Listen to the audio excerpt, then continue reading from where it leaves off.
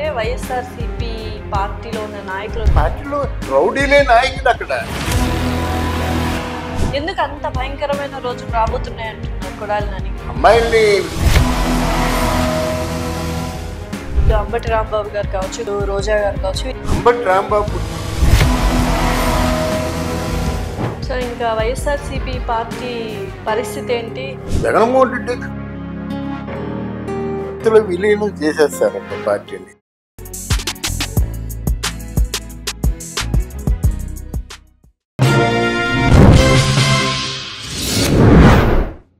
Hi, hello, నమస్తే, welcome to our channel. ప్రస్తుతం మనతో పాటు స్టూడియోలో ఉన్నారు పొలిటికల్ అనలిస్ట్ ఇమంది రామారావు గారు. నమస్కారం రామారావు గారు. నమస్తే. సో ఇప్పుడు ఆంధ్రప్రదేశ్ లో హాట్ టాపిక్స్ ఏమైనా ఉన్నాయంటే వైఎస్ఆర్సీపీ పార్టీలో ఉన్న నాయకుల గురించి ముఖ్యంగా మాట్లాడుకున్నట్లయితే పిన్నెల్లి రామకృష్ణ గారి గురించి అసలు ఏం జరుగుతోంది, ఆయన చాలా దూకుడుగా ప్రవర్తించారు, అది అందరూ తప్పని అంటున్నారు ఈవీఎం మిషన్ లో పాల్గొట్టడం దగ్గర నుంచి. సో ఇప్పుడు ఆయన రాజమండ్రి జైలుకి అంకితం అవుతున్నారా ఏంటి? ఇంకా ఆయన పర్మనెంట్ అడ్రస్ రాజమండ్రి జైలు అని అనుకోవచ్చు. ఇక్కడ పిన్నెల్లి రామకృష్ణారెడ్డి అసలు ఆయన చాలా కేసులు ఉన్నాయి, మళ్ళీ అక్కడ హత్యానేరాలు కూడా ఉన్నాయి. ఆ రోజు ఈఎం పగలగొట్టేది కాకుండా బయటకు వచ్చిన తర్వాత శాసగిరి రావుని చావగొట్టాడు, ఇంకొక ఎస్ఐని కూడా హత్యా ప్రయత్నం చేశాడు. ఇవన్నీ రికార్డ్ అయి ఉన్నాయన్నమాట.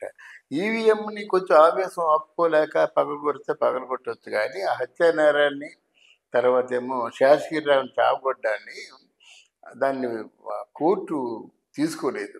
ఆయన అబ్స్కండ్ అయిపోయి ఎవడో క్రిమినల్ లాయర్ని పట్టుకొని అప్పీల్ చేశాడు. 4 కోర్టుల్లో కేసు బుక్ చేశారు, 4 స్టేషన్లో కేసులు బుక్ చేశారు. 2 కోర్టులు బెయిల్ ఇచ్చే అవకాశం ఉన్నప్పుడు కూడా ఈ హత్య ప్రయత్నాల మీద ఏమో దాన్ని పూర్తిగా ఎంక్వైరీ చేసి విచారించి తర్వాత నిర్ణయం తీసుకుంటారు. అందాక రాజమండ్రి జైలులో 7 days రిమాండ్లో వచ్చారన్నమాట. పూర్వాశ్రమంలో ఈయన చాలా అక్కడ మాచర్ల చుట్టుపక్కల ప్రాంతాలని అంతా కబ్జా చేసిన వాడు పిన్నెల్ల రామకృష్ణారెడ్డి. ఆయన స్థానికంగా చాలా మందితో విభేదించి ఉన్నాడు. ఎవరైనా ఆయనతో విభేదించినట్టయితే వాళ్ళు మిగలరన్నమాట. అంత భయంకరమైన చరిత్ర ఉంది కాబట్టి ఈ డెసిషన్ తీసుకున్నారు. దీని మీద అధినాయకుడు టీడీపీ అధినాయకుడు తాలూకు మనసు అంటే దృష్టి పడింది అన్నమాట. వీళ్ళుంటే ఇంకా మాచర్లో మనం గెలవలేము. ఈ కేసులు పెట్టడానికి కూడా కారణం పూర్తిగా ఆయనలో పశ్చాత్తాపం వచ్చినట్టు భయం పుట్టేలాగా చేయడం అన్నమాట. అందువల్ల తప్పకుండా అరెస్ట్ అవుతాడు, సెంట్రల్ జైలుకి వస్తాడు. అండ్ నెక్స్ట్ వీళ్ళు అంబటి రాంబాబు గారు కావచ్చు, కొడాలి నాని గారు కావచ్చు, రోజా గారు కావచ్చు, వీళ్ళందరూ ఇంకా ఓడిపోయినప్పటికీ పరుష జాలం అనేది, అంటే ఏదైతే మాట్లాడుతున్నారో విమర్శలు గుప్పించడం కానీ దుర్భాషలాడడం కానీ ఇవి కంటిన్యూస్ గా అవుతూనే ఉన్నాయి. ఎందుకు ఇలా జరుగుతుంది? ఇప్పటికైనా మారాలి కదా అని కొంతమంది అనుకుంటున్నారు. అవునమ్మా, అంబటి రాంబాబు ఉన్నాడంటే ఆయన చెప్పేవన్నీ అబద్ధాలు, డ్రామాటిక్ గా చెప్తాడు. అసలు ఆయన మీద ప్రజలకు ఇమేజే లేదు. అంబటి రాంబాబు చూడగానే గంటే కనిపిస్తుంది ఈడొక వ్యధం అంటారన్నమాట. నూటంటే అఫ్ కోర్స్ నేను అన్నప్పుడు కూడా జనం అనే మాట, అది నేననే మాట కాదు. రామ్ గోపాల్ వర్మ ఎలాగైతే వ్యధం అంటారో వీళ్ళు కూడా అదే అంటారన్నమాట. పూర్వం అమ్మాయిల్ని పెట్టుకుని వ్యాపారం చేసేవాడు ఆడేనా అల్లేటండి. అయితే అధినాయకుడు కొంచెం కంట్రోల్ చేయాలి, ఇలా నోరు పారేసుకోకూడదు. అబద్ధాలు చెప్పినట్టయితే వాడికే క్రెడిబిలిటీ పోద్ది. అన్ని అబద్ధాలు అంబటి రాంబాబు.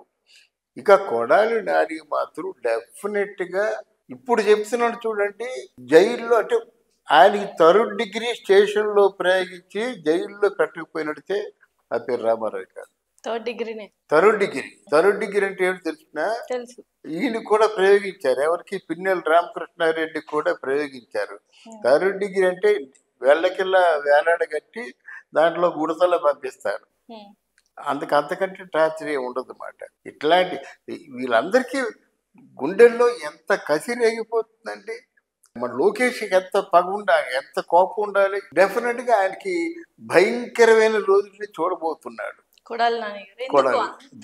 భయంకరమైన రోజులు. ఎందుకు అంత భయంకరమైన రోజులు రాబోతున్నాయి అంటున్నారు కొడాలి నాని గారు? అంటే ఏమిటంటే నోరిపితే బూతులు కదమ్మా.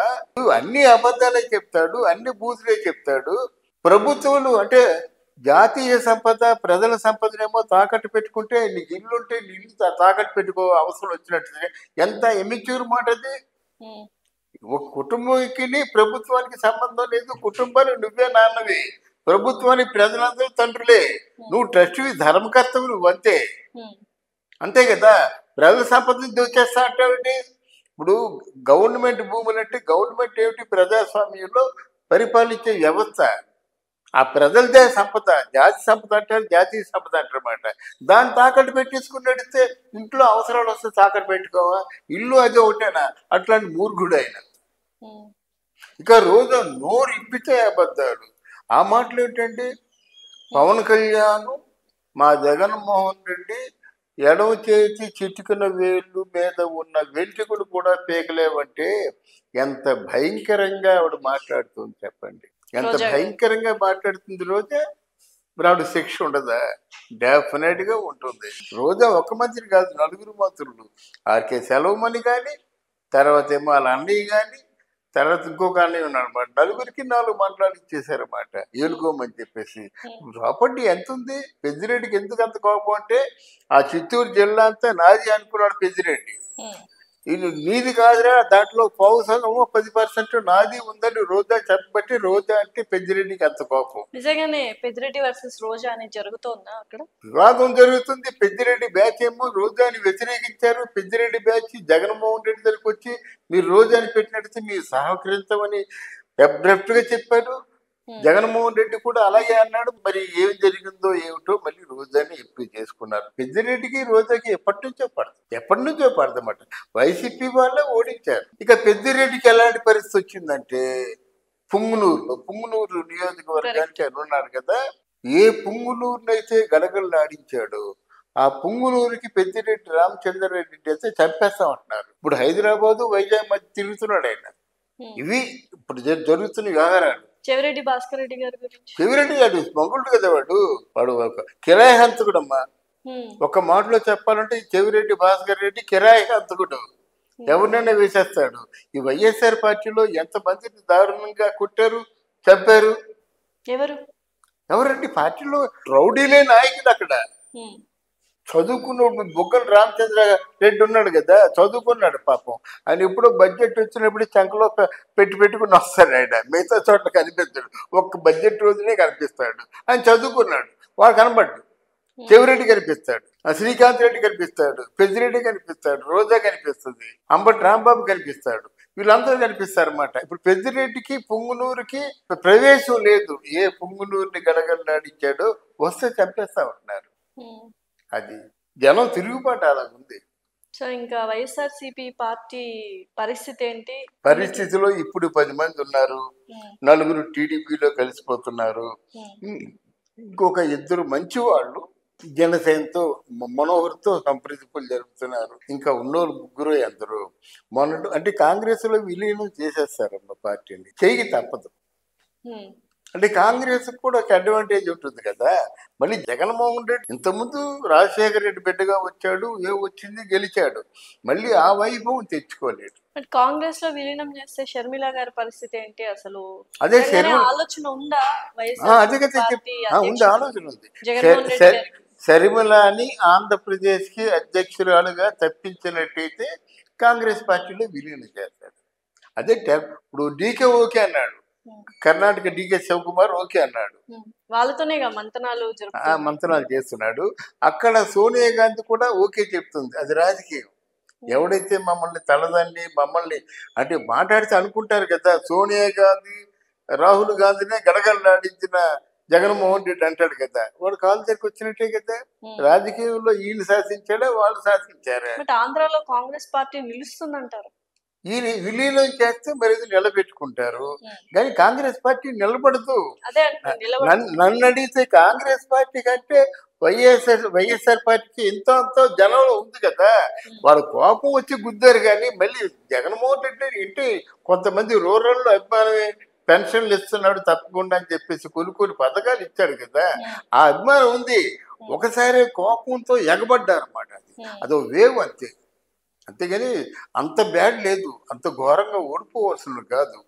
మొత్తం సీన్ రివర్స్ అయిపోయింది అన్నమాట. నాతో ఎంతమంది ఫోన్లు చేసి తిట్టారు, పిచ్చోళ్ళలాగా ఉన్నావు, జగన్మోహన్ రెడ్డి గెలిచేస్తాడు ఏంటి ఇవాళ చెప్పేసి కళ్ళు మూసుకొని చెప్తున్నావు అని తిట్టారు నాడు. మీరు కూడా తిట్టారు కదా. అదంటే అప్పటికి అలాగుంది, పరిస్థితి అలాగుంది. జగన్మోహన్ రెడ్డి ఒకటో తారీఖు తలుపు కొట్టి 3,000 ఇచ్చేస్తున్నాడు. అది గొప్ప కదా. అంటే ఒకేసారి అంటే ఒకే టర్మ్ లో అటు తెలంగాణలో బీఆర్ఎస్ పార్టీ కావచ్చు, ఇటు ఆంధ్రలో వైఎస్ఆర్సీపీ పార్టీ కావచ్చు, ఒక వెలుగు వెలిగిన వాళ్ళు అలా డీలా పడిపోయారు. అసలు ఎటు వెళ్ళాలి తెలియని పరిస్థితుల్లో ఇప్పుడు ఆ రెండు పార్టీలో ఉన్నాయి. అయోమయ స్థితిలో ఉన్నారు. అయోమయ స్థితిలో ఉన్నారు. ఇప్పుడు మొత్తం 26 ప్రాంతాల్లో వైఎస్ఆర్ ఆఫీస్ కార్యాలయాలు ఉన్నాయి. దగ్గర 40 ఎకరాలు ఆక్రమించుకున్నాడు. దగ్గర 26,000 కోట్ల రూపాయల బిల్డింగ్లు ఉన్నాయి. దీన్ని ఇప్పుడు ఏం చేస్తారు? ప్రభుత్వం ఏం చేస్తుందని పెద్ద ప్రశ్నార్థకంగా మారింది. వీళ్ళు అంటున్నారు అదంతా వైఎస్ఆర్ కాంగ్రెస్ పార్టీ డబ్బు, వాళ్ళు కట్టుకున్నారు.